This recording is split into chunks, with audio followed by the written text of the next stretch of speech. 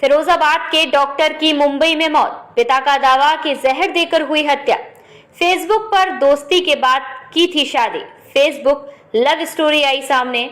Doctor का शव कस्बा मक्खनपुर बड़ा बाजार स्थित घर पहुंचा तो परिजनों में कोहराम मच गया। बता दें, यूपी के फिरोजाबाद के रहने वाले एक डॉक्टर की मुंबई में मौत हो गई है। डॉक्टर का शव घर फिरोजाबाद कस्बा मक्खनपुर बड़ा बाजार स्थित उनके घर पहुंचा तो परिजनों में कोहराम मच गया। पिता का आरोप है कि उनके बेटे को जहर देकर मारा गया है। पिता ने यह भी बताया कि उनके बेटे ने एक तलाकशुदा महिला से शादी की थी, लेकिन अब बताया जा रहा है कि उसने जान दे दी है। पिता का दावा है कि बेटे ने जान नहीं दी बल्कि उसे जहर देकर मारा गया है। फेसबुक पर दोस्ती फिर शादी। जानकारी के मुताबिक फिरोजाबाद के कस्बा मक्खनपुर बड़ा बाजार में रहने वाले मूलचंद के बेटे राहुल पेशे से चिकित्सक थे। उन्होंने 1 साल पहले मुंबई की एक महिला से लव मैरिज की थी। दरअसल राहुल फेसबुक के जरिए मुंबई की इस तलाकशुदा महिला के संपर्क में आए। बात आगे बढ़ी तो उन्होंने उससे शादी कर ली। इसके बाद वे महिला के साथ ही मुंबई में रहने लगे। सब कुछ ठीक ठाक ही चल रहा था।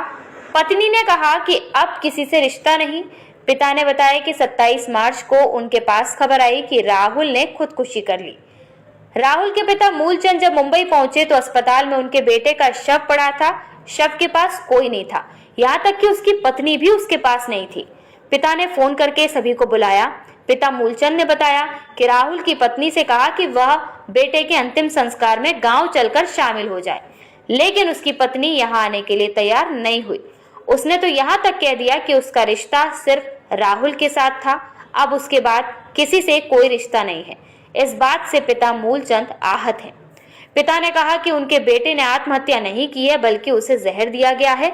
उन्होंने यह भी कहा है कि उनके बेटे और उसकी पत्नी दोनों के मोबाइल की फोरेंसिक जांच कराई जाए। पुलिस मामले में निष्पक्ष जांच करे ताकि दूध का दूध और पानी का पानी हो सके। राहुल का शव शुक्रवार की शाम को उनके पैतृक गांव मक्खनपुर पहुंच गया। राहुल की मौत से पूरा परिवार स्तब्ध है। माता पिता और बहन के आंसू रुकने का नाम नहीं ले रहे हैं। क्या नाम है आपका? जया। क्या लगते हैं ये डॉक्टर राहुल जी आपके? छोटा भाई है मेरा। क्या घटना हुई थी इनके साथ ऐसी? इनके साथ वहाँ पे वो बोल रहे हैं कि फांसी लगाई गई है, लेकिन हम लोगों को नहीं लगता कि फांसी लगाई गई है, क्योंकि हमारी रात को बात हुई है और लोगों से बिल्कुल हंसी मजाक अच्छे से बात करके लड़का सोया है 12:30 बजे और 1.5-2 घंटे बाद खबर आई है कि फांसी लगा ली। ये आपको कैसे मालूम पड़ा ये घटना घटी है? रात को 2:30 बजे मम्मी के नंबर पर फोन आया। किसका आया था? कोई बोल रहा था कि मैं पुलिस वाला हूँ और भैया के नंबर से फोन आया था।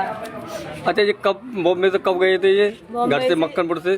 दीपावली की दौज के बाद ये यहाँ आया था, 4-5 दिन नहीं रुका है, फिर नहीं आया, उसके बाद चला गया। फिर तब तक बीच में कोई बात हुई थी? बात होती थी इनसे? बात डेली कंटिन्यू मम्मी की होती रही है। तो आपको अब कैसे मालूम पड़ेगी ये क्या हुई? क्या पत्नी से क्या बात, कोई बात पत्नी से कोई बात हुई थी? पत्नी से ही कलेश होती थी। पत्नी, ये हमें शक है कि ये पत्नी जो है इनकी अपनी बॉस के साथ लगी हुई है। होली वाली 14 तारीख को चाइना गई थी अपने बॉस के साथ। अच्छा। और ये 23 तारीख को वापस आई है वहाँ से, चाइना से। और कुछ हमें लग रहा है कि शायद पता चल गया है तो इसको इसी वजह से खत्म कर दिया है। अच्छा, ये कब तक ये वहाँ पे बॉम्बे में कब शादी कितने साल होंगे इनकी की? अभी 1 साल भी नहीं हुआ, 14 जून को हुई थी 2024। 2 जून को शादी हुई थी। आपको किसी किताब में तैर वगैरह इसकी जानकारी तो होगी नहीं अभी? वहाँ पर कौन कौन गया लेने के लिए? वहाँ पे मेरे डैडी गए हैं, छोटा वाला भाई है और दोस्त है उसका, भैया का। ये कब तक आ जाएगी बॉडी यहाँ पर? अभी थोड़ी देर में आ जाएगी, 1 घंटा लगेगा। तो बोली नहीं है। पहले हम जहाँ से गए थे तो कोई हॉस्पिटल में नहीं था वहाँ पर और अकेले वो पड़े हुए थे। तो मैंने लोगों से पूछा कि भाई ये कहाँ गए घर वाले? तो वो घर वालों से फोन लगाया मैंने, तब वो लोग कहते हम लोग अभी आए हैं। और पता लगाया हॉस्पिटल में सभी लोग जो कह रहे थे कि वो यहाँ पर है ही नहीं, काफी समय से ही हुआ है। जब फोन लगाया तब वो आए घर वाले जो पत्नी के माँ वगैरह मौसी वगैरह सब बाद में आए। अभी आई नहीं आई है वो। तुमने उससे कहा था आने के लिए? उसके लिए हाथ जोड़ कर रिक्वेस्ट करी थी कि बेटा 7 फेरे लिए, शादी की है और जो आपके बेटे को भी उसने कानूनी तौर पे अपनाया है कानून तौर से अपनाया तो हम लोगों में ये होता है कि बाप की मिट्टी को दाग जो है बेटा देता है। और उसके बाद में जो सुहागिन औरत होती है अपने हाथों की चूड़ी, माथे की बिंदी, बिछिया जो उतार के सुहाग के ऊपर डालती है और 13 दिन के लिए शोक मनाया जाता है। उसके लिए आपको चलना पड़ेगा। तो वो कहने लगी कि मैं नहीं जा पाऊंगी।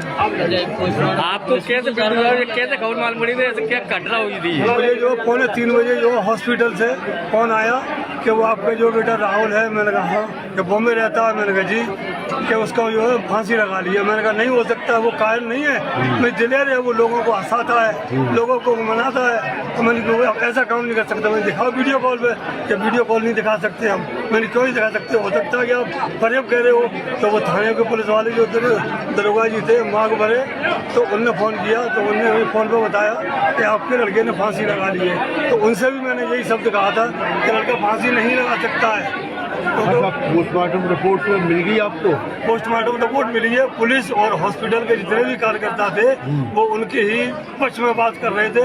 हम लोगों से कह रहे थे कि मैंने कहा उसका राहुल का मोबाइल कहाँ है, कि वो हम लोगों के पास है और सील है वो। तो मैंने कहा उस लड़की का मोबाइल कहाँ है, कि वो उसी बात है, मैंने उसको भी सीज किया जाए।